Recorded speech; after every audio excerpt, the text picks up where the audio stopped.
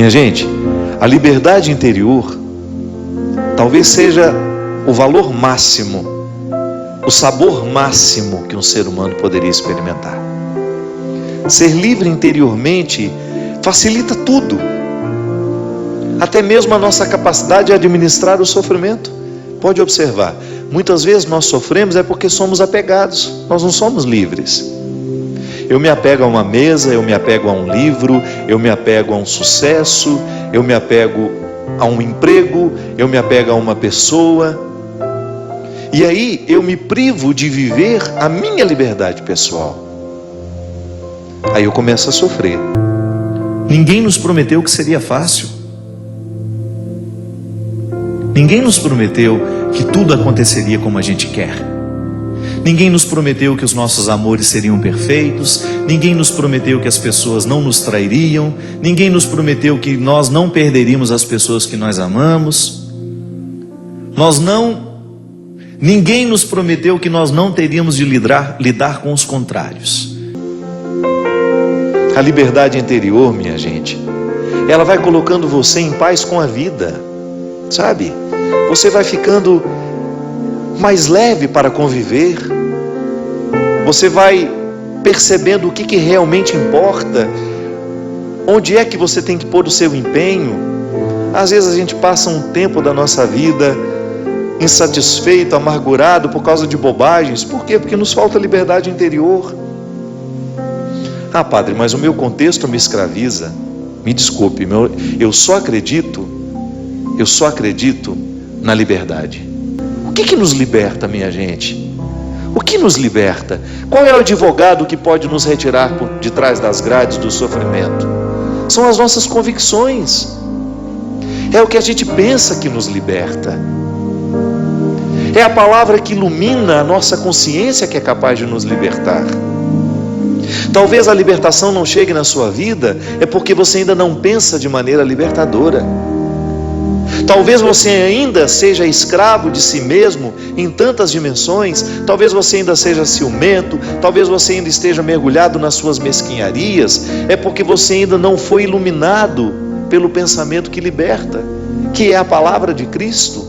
É a sua mentalidade, é o seu evangelho, é o seu jeito de ser, é o seu jeito de viver, de interpretar o mundo, de interpretar as pessoas.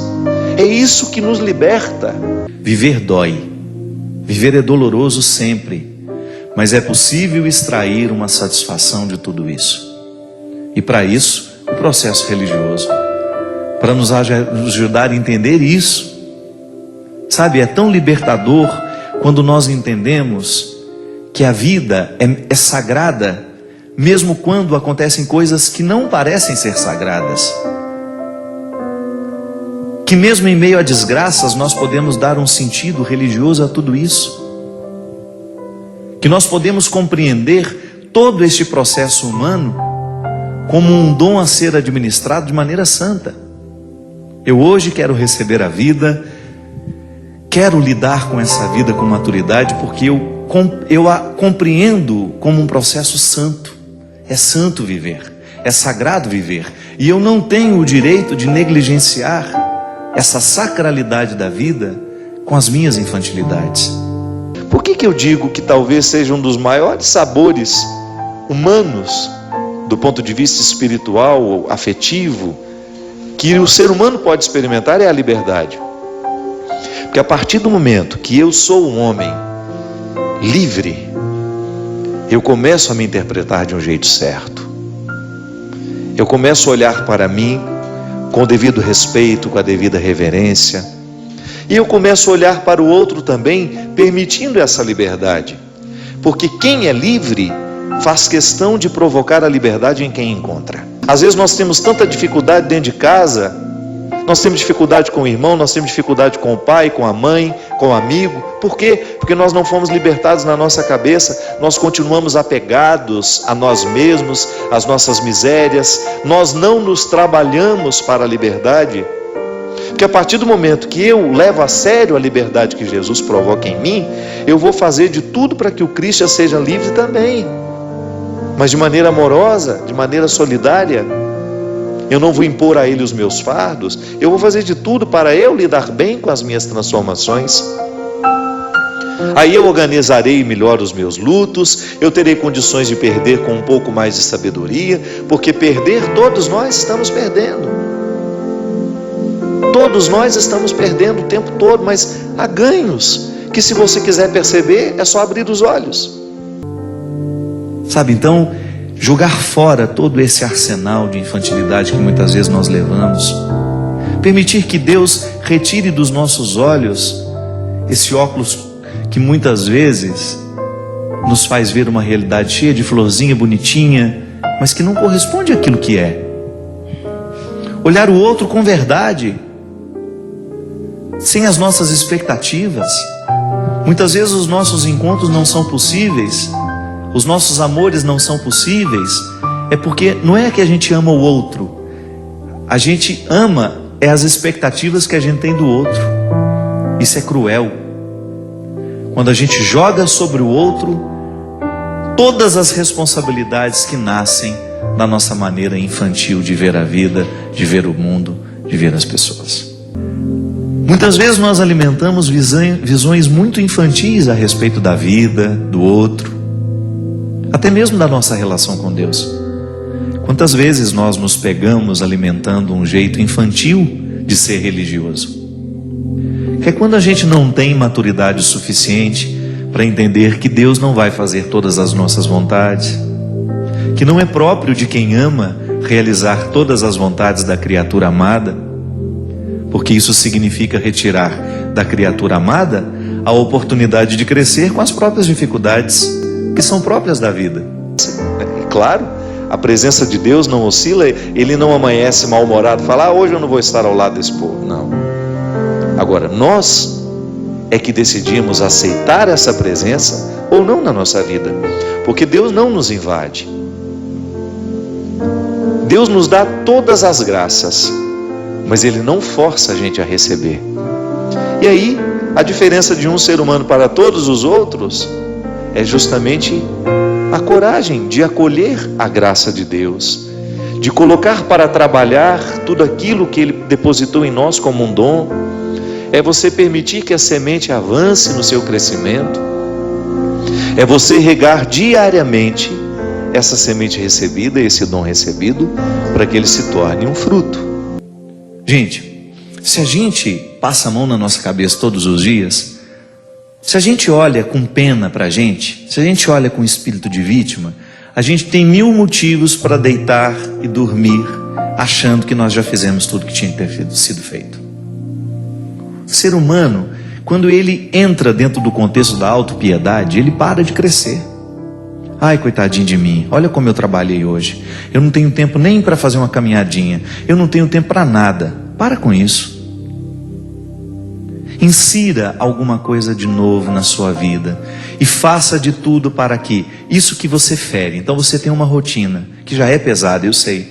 Mas coloque alguma coisa que vai qualificar a sua vida.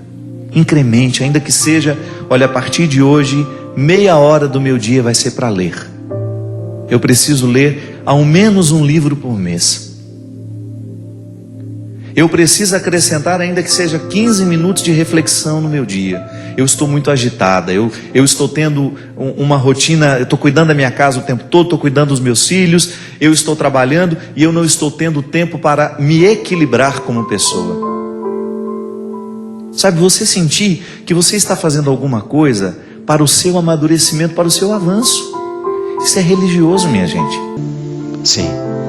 Quando nós permitimos que Deus haja na nossa vida, quando Ele nos ajuda a viver o desapego, até mesmo daqueles que nós amamos, para permitir partir, ou para reestabelecer aquela memória de um jeito novo, porque todo mundo morre, minha gente. Todo mundo vai perder pessoas especiais.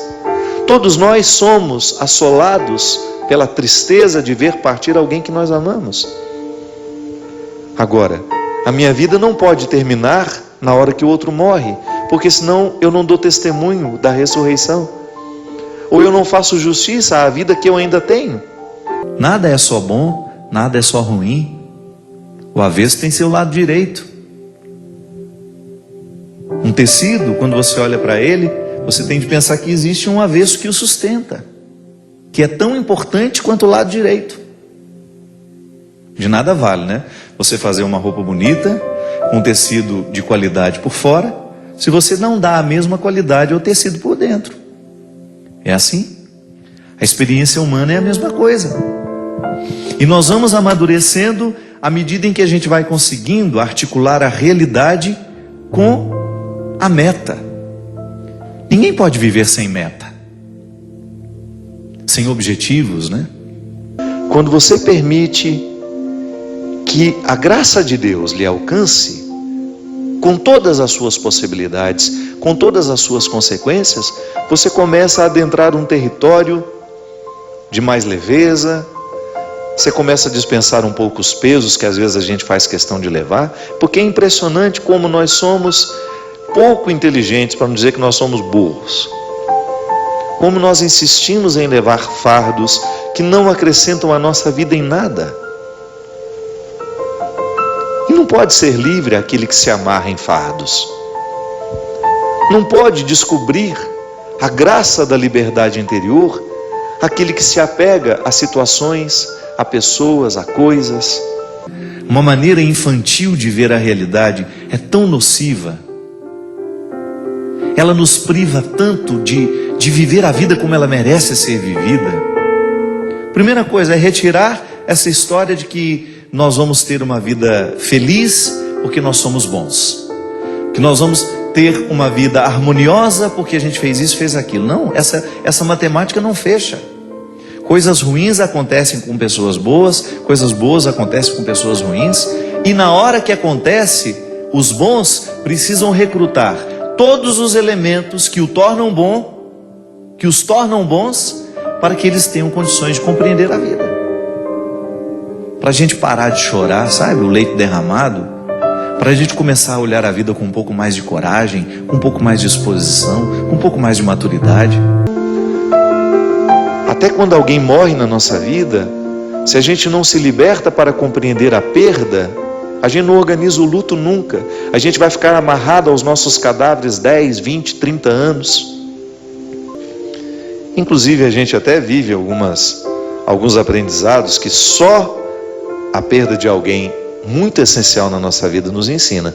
Uma delas é aquilo que o poeta Mia Couto, o escritor moçambicano, fala de maneira tão interessante. O morto amado, ele nunca para de morrer.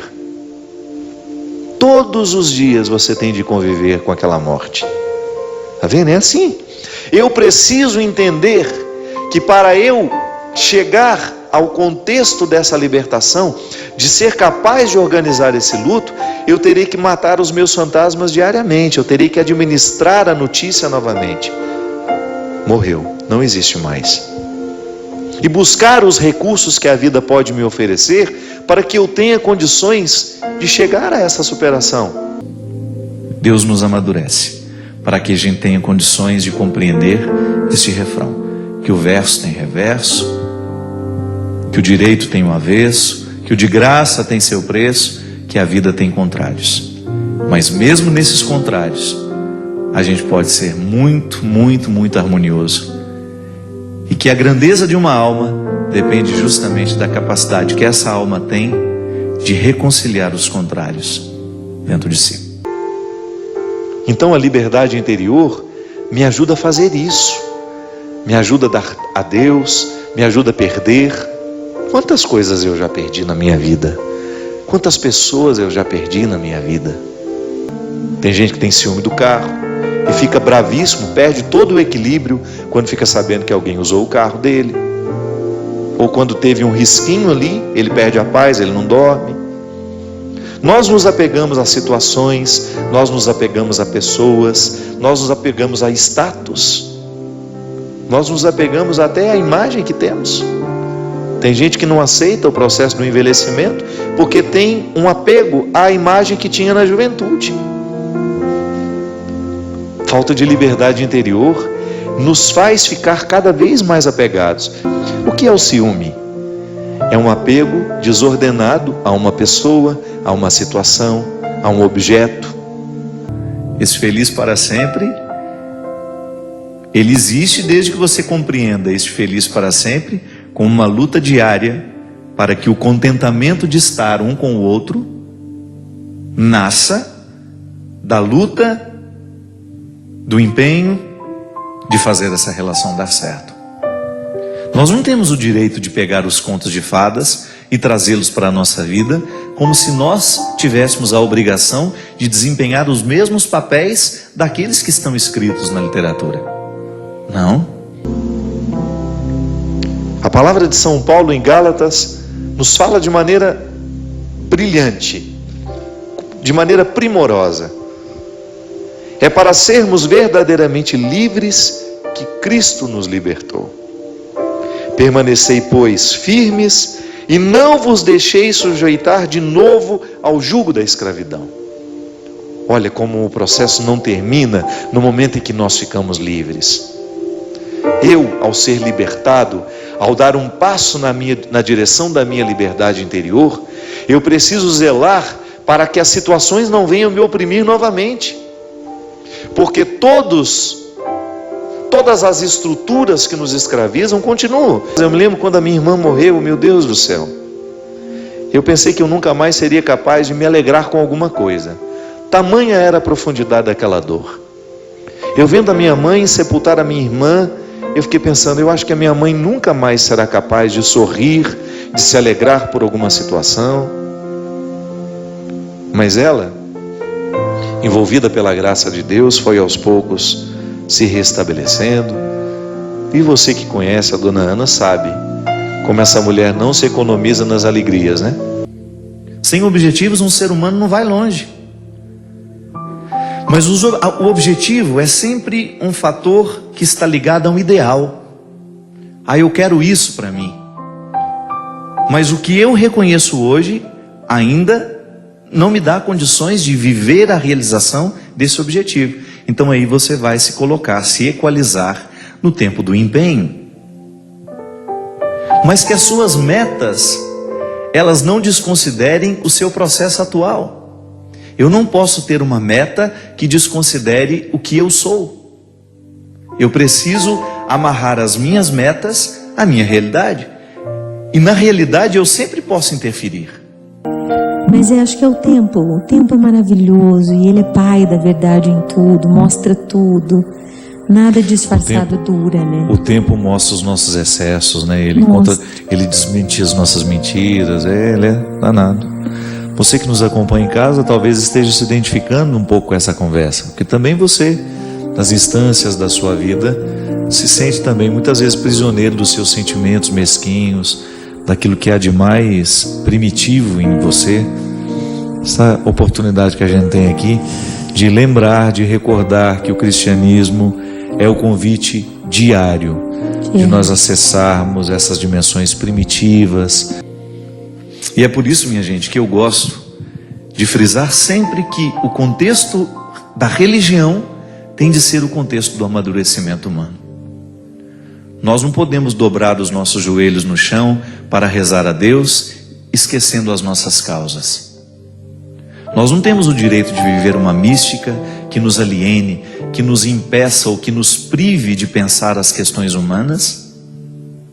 Nós não temos o direito de viver um relacionamento com Deus que não nos coloque na obrigação diária de olhar para aquilo que nós estamos vivendo, para aquilo que nós estamos escolhendo, para aquilo que nós estamos pensando. E dar uma limpada nesses excessos, né? A força do Evangelho, a libertação que ele provoca em nós, é justamente para que a gente tenha condições de superar as nossas mazelas, ir ao encontro dos que precisam de nós, estabelecer com eles comunhão, ainda que eles continuem diferentes de nós. Cada um assume a regra que escolheu para viver. E eu fico percebendo, Ziza, que às vezes nós ainda estamos tão distantes da proposta cristã, dessa fraternidade, justamente porque não somos livres.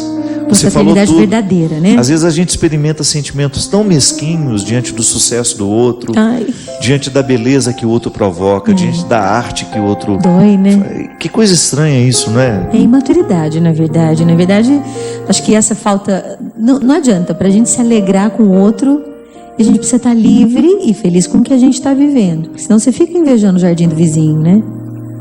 Inevitável. Inevitável. E se alegrar com o outro é bom, só porque é leve. Só acontece se for verdadeiro. Enfim, a gente dá na cara, né? Vê na cara. Mas se de vez em quando alguém não nos retira desse senso comum e nos apresenta uma maneira nova de interpretar a realidade, a gente corre o risco de ficar acorrentado nas mesquinharias, né, do senso comum. Pensar diferente, pensar alto. Não era a proposta de Jesus? Ele não mudava a cabeça de quem ele encontrava para melhor, né? Ele fazia com que aquelas pessoas saíssem de um contexto antigo de interpretação de si mesmo, do outro, do amigo, da política, da religião, e fazia com que aquela pessoa avançasse aqui pela cabeça. O coração só muda depois que a cabeça pensou diferente. E é tão importante, minha gente, você sentir que você não está estagnado. Nós vivemos num tempo de tantas escravidões, as escravidões do preconceito. Meu Deus do céu, às vezes nós assistimos a um debate político e as pessoas se atacam de maneira, meu Pai de misericórdia, e você fica pensando, você vê o desrespeito de um ser humano pelo outro, você vê o tempo todo, você assiste a um noticiário e você fica percebendo a crueldade sendo cada vez mais presente entre nós. Por quê? Porque falta uma mentalidade que nos liberte. Falta uma mentalidade que nos dê condições de olhar para o outro com um pouco mais de amor, de olhar para o outro que vive a sexualidade diferente de nós, que fez opções diferentes de nós, e a gente ser capaz de ter um respeito por aquela pessoa, de não tratá-la com descrédito, como se ela fosse um ser humano de segunda grandeza. Hoje é aquele momento em que Jesus diz que se você quiser vir, você terá que abrir mão dos seus contextos para descobrir o contexto dele. Você traga você, e a partir do momento que você se apresenta a ele, ele vai fazer uma grande obra na sua vida. Às vezes nós resgatamos o instinto tribal para poder nos justificar dos medos que a gente sente, das inseguranças que a gente carrega. Dá vergonha de admitir, eu sou ciumenta, eu sou insegura às vezes, eu tenho medo às vezes. A gente tem vergonha de dizer pra gente mesmo quem a gente é. E eu, de verdade, acredito e experimento muito que a misericórdia de Deus é um espaço maravilhoso para viver. É grande, sabe? É um lugar onde você entra e dá para respirar em paz e dizer: Jesus, olha que tipinho eu ando sendo aqui. Vamos conversar nós dois. Quero ser assim não, né? Ser livre é um projeto que nunca termina, né? Nós nunca estamos totalmente libertos. A antropologia cristã, ela nos ensina que a nossa liberdade interior precisa ser libertada diariamente. Porque é um dom. É um dom que me pede uma tarefa. Não recebo de mão beijada, né? Como se diz comumente quando as coisas são muito fáceis. Deus nos deu a liberdade como um dom. Eu trago dentro de mim, você traz em você, todos nós recebemos. Agora, ser livre é outra coisa. É como você ter uma planta que precisa crescer mediante o cuidado que a gente tem com ela. Quando você rega, quando você aduba, para que todo aquele potencial que há na semente se desenvolva e aquela semente possa tornar-se a árvore que potencialmente existe ali dentro. A mesma coisa é a liberdade. Poder dizer, hoje livre sou, é você assumir que você está num processo de libertação da própria liberdade. Motivação cristã. A Deus toda glória e louvor.